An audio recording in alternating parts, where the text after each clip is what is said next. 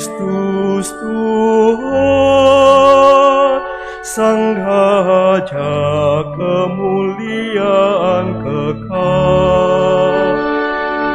Terpujilah Kristus Tuhan, Sang Raja kemuliaan kekal. Manusia hidup bukan dari roti saja, tetapi dari setiap firman yang keluar dari mulut Allah. Pujilah Kristus Tuhan, Sang Raja kemuliaan kekal. Tuhan bersamamu Dan bersama rohmu. Inilah Injil suci menurut Santo Lukas. Dimuliakanlah Tuhan. Sekali peristiwa Yesus yang penuh dengan Roh Kudus kembali dari Sungai Yordan, lalu dibawa oleh Roh Kudus ke padang gurun. Di situ 40 hari lamanya ia dicobai iblis. Selama hari-hari itu Yesus tidak makan apa-apa. Dan setelah itu ia lapar.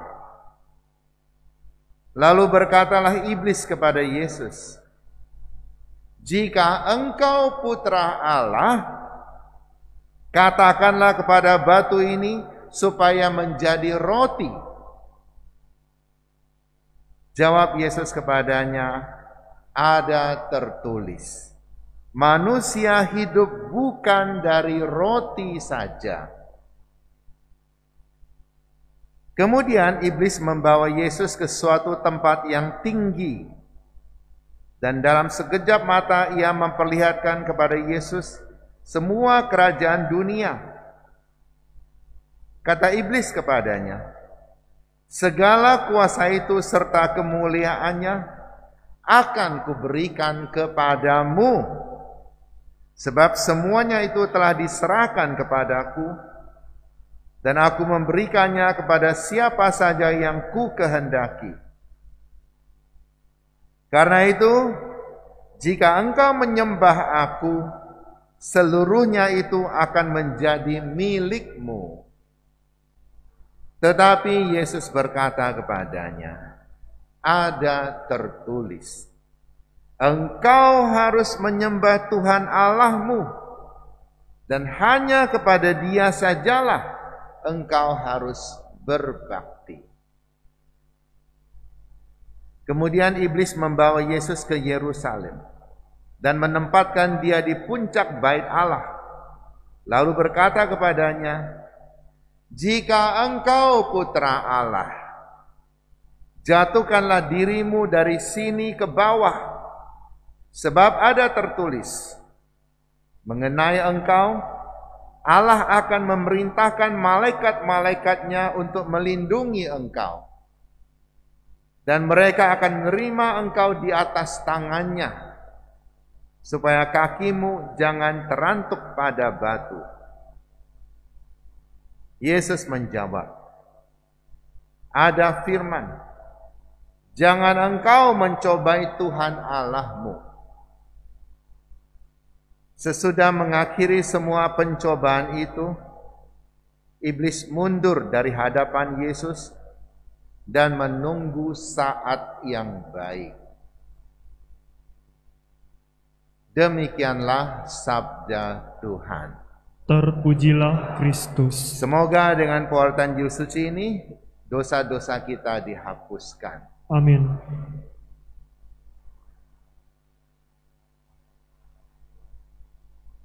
Setelah Yesus menerima pencurahan Roh Kudus ketika ia dibaptis di Sungai Yordan, maka ia akan memulai pelayanannya, memulai tugas sucinya. Tetapi sebelum itu dia mengasingkan diri terlebih dahulu, dibawa oleh Roh ke padang gurun, tempat yang tidak ada apa-apa. hampir tidak ada kehidupan. Yang ada hanya kalajengking dan binatang liar lainnya. Bahkan binatang besar pun tidak ada. Mari kita bandingkan pencobaan Yesus dengan pencobaan Adam dan Hawa.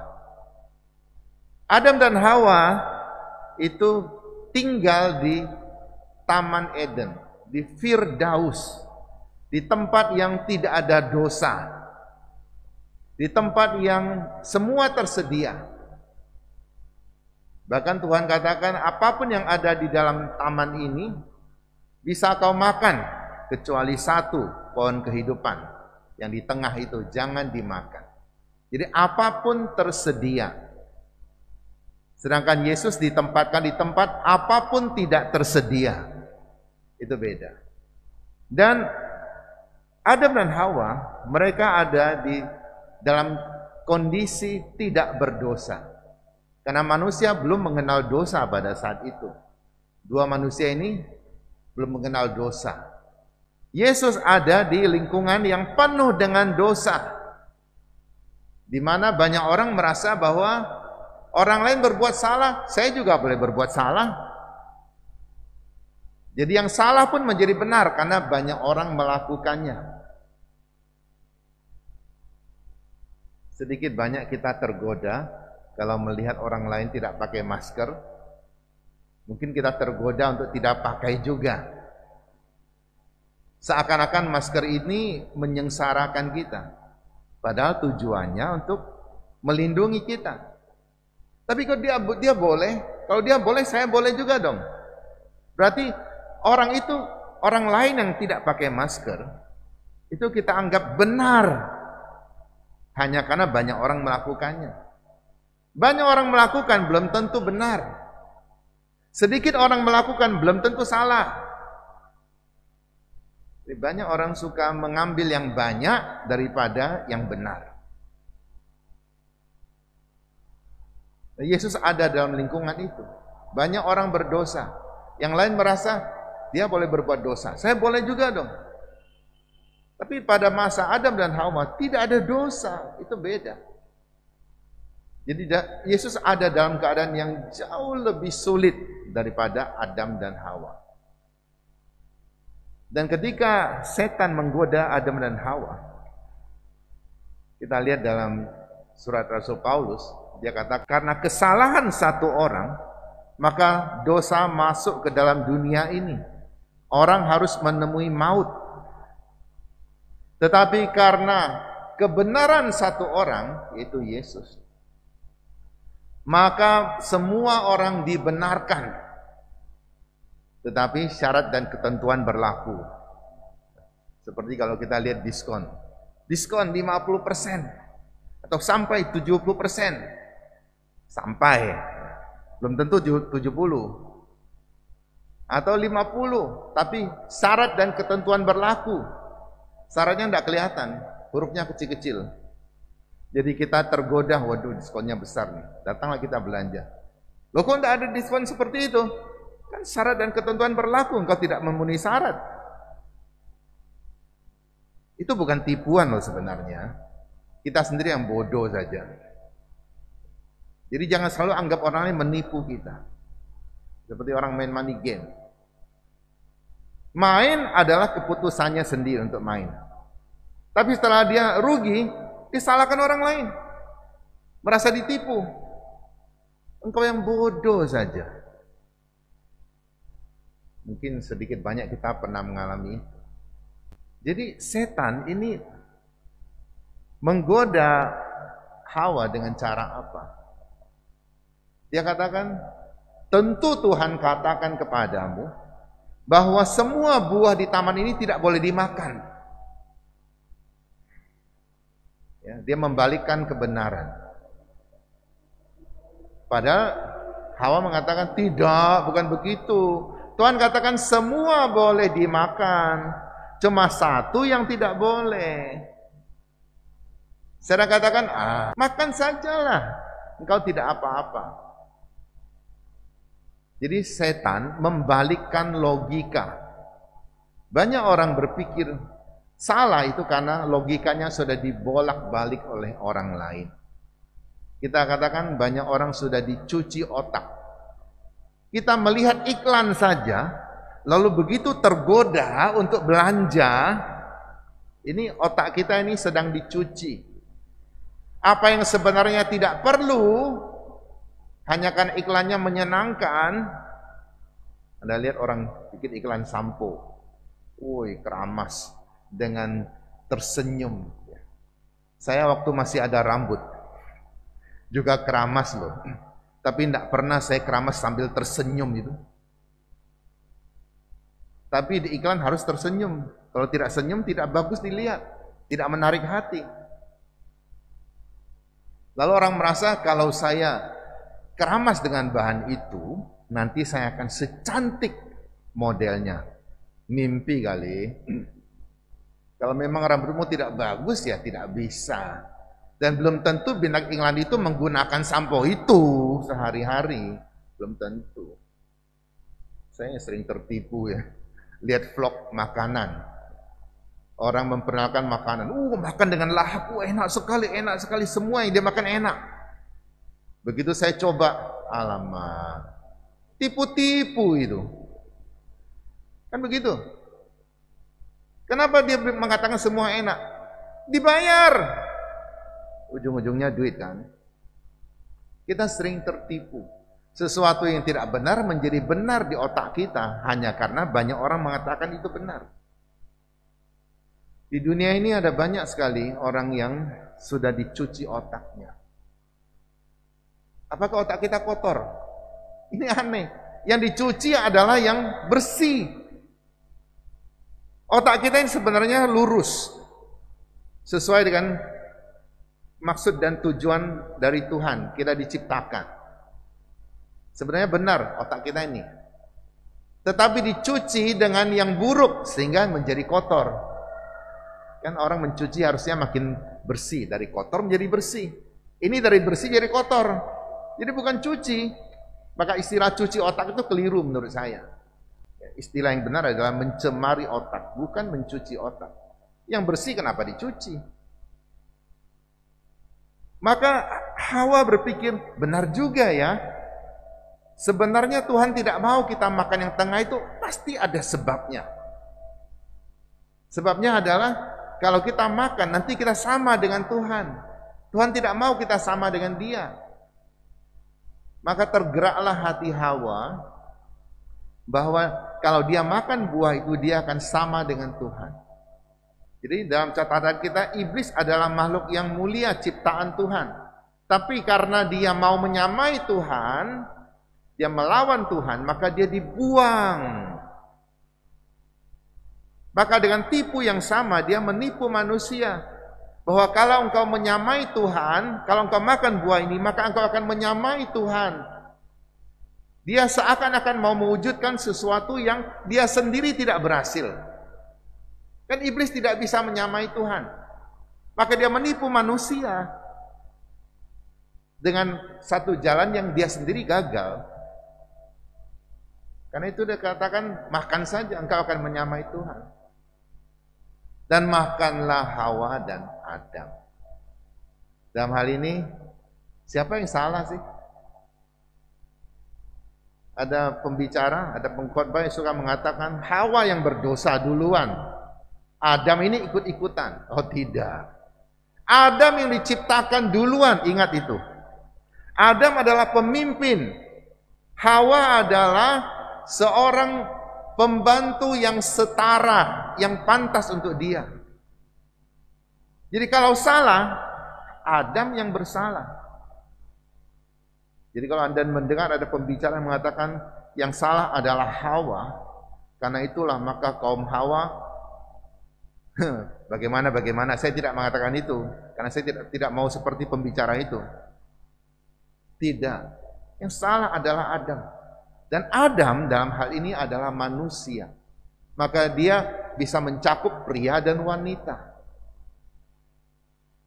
Adam yang bersalah. Karena kesalahan satu orang, maka dosa masuklah ke dunia ini. Tetapi Yesus kita lihat sekarang. Dia ada di padang gurun. Di situ hanya ada iblis saja. Ada di lingkungan dosa. Keadaannya tidak gampang. Dan tidak pernah dikatakan bahwa di situ ada jin beranak. Karena setan itu adalah makhluk mulia. Dia tidak punya anak. Jadi kalau ada orang mengatakan ada tempat yang ada jin buang anak lah, beranak dan sebagainya. Tidak masuk teologi kita. Karena setan adalah makhluk mulia. Dia tidak bisa mempunyai keturunan. Mempunyai teman-teman banyak dia. Tapi keturunan tidak. Di situ ketika Yesus sedang lapar, maka ia digoda. Jadi menggoda orang adalah cari orang yang lemah untuk digoda. Jangan cari orang kuat, engkau akan kena batunya. Cari yang lemah, kemungkinan berhasil lebih tinggi. Jadi setan melihat Yesus lapar seperti manusia yang lain. 40 hari, 40 malam tidak makan. Maka dia datang mengatakan, jika engkau putra Allah, rubahlah batu ini menjadi roti. Kita lihat, setan menggunakan jurus yang sama. Dia membolak-balikan logika. Dia katakan, jika engkau anak Allah. Yesus memang anak Allah, bukan jika lagi. Dia memang anak Allah. Dan dia tidak perlu membuktikan dia sebagai anak Allah dengan cara menuruti perintah setan. Mengubah batu menjadi roti. Dia tidak perlu. Kita juga orang Katolik. Seringkali kita ditantang orang. Jika engkau orang Katolik, maka engkau harus berani berkorban ini, berkorban itu. Tidak perlu. Pengorbanan ini bukan karena disuruh orang. Kalau disuruh orang itu bukan lagi pengorbanan, itu pemaksaan. Ketika orang tua berkorban bagi anaknya, adakah yang memaksa dia? Tidak ada. Hati nuraninya yang kasih tahu dia bahwa ini adalah tanggung jawab dari Tuhan. Karena itulah orang tua mau berkorban bagi anak. Anak belum tentu mau berkorban bagi orang tua. Ingat itu. Jadi para orang tua jangan berpikir dengan sendirinya kalau itu anak saya. Ketika saya sudah tua, dia pasti mau berkorban bagi saya. Kalau punya pikiran seperti itu, maka ketika anak itu tidak mau berkorban, tidak mau merawat orang tuanya, kita akan sangat sakit hati dan kecewa. Bahkan menyalahkan anak itu. Anak itu punya hak untuk tidak melakukan. Tapi jika dia melakukan, itu akan sangat mulia. Dia menjadi manusia yang disempurnakan. Jadi saya tidak mengajar orang untuk nanti orang tua kita sudah tua, kita tidak merawat mereka.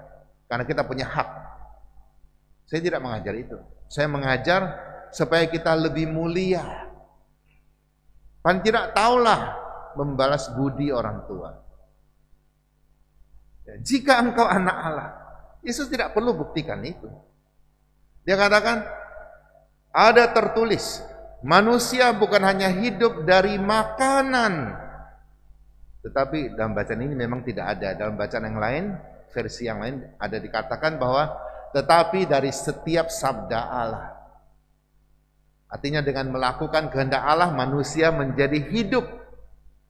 Ada orang berpuasa tidak makan, tidak mati-mati kok. Tentu kita tidak perlu mencoba itu untuk membuktikan. Yesus saja bisa 40 hari, 40 malam. Kalau gitu saya mau coba juga. Tidak perlu seperti itu. Konyol itu. Yesus melakukan itu ada tujuannya. Jangan tidak ada tujuan, hanya membuktikan saja bahwa saya kuat. Lalu setan tidak berdaya. Dibawalah Yesus ke tempat yang tinggi. Karena di tempat yang tinggi baru bisa melihat banyak. Kita ini loh, seringkali sudah kurang tinggi, posisi kita kurang tinggi, tapi kita berlagak seakan-akan kita sudah melihat semua. Ketika orang tua menasihati anaknya, orang tua melihat lebih banyak, karena orang tua ada di posisi lebih tinggi. Pengalaman hidupnya lebih banyak. Dia sudah melihat banyak sifat manusia. Kalau perilakunya A, maka akibatnya akan A. Dia sudah melihat itu. Tapi anak kan belum. masih lebih muda dari orang tua. Tapi seringkali anak merasa bahwa mereka juga ada di posisi yang tinggi. Sudah melihat lebih banyak. Hanya karena mengerti internet, bisa browsing ini, browsing itu. Tidak semua yang ada di internet benar loh. Yang tidak benar banyak sekali. Kalau engkau menyembah saya, kata setan, maka semua ini akan kuberikan kepadamu. Sebab engkau tahu, semua ini sudah diserahkan kepadaku. Lagi-lagi pembohongan. Setan ini adalah raja bohong. Dia berbohong kepada Hawa, sekarang dia berbohong kepada Yesus. Dia katakan semua sudah diserahkan pada setan. Jadi itu milik setan. Setan mau kasih siapa, dia bisa kasih siapa. Ya tidak benar. Ketika orang berniat melakukan satu kejahatan dan dia berhasil, Anda pikir itu kira-kira Tuhan yang menolong dia berhasil melakukan kejahatan atau setan? Kita semua sudah tahu jawabannya. Pasti setan lah. Tuhan tidak membuat orang berbuat jahat kok. Tuhan tidak ingin orang berbuat jahat kok. Pasti setan.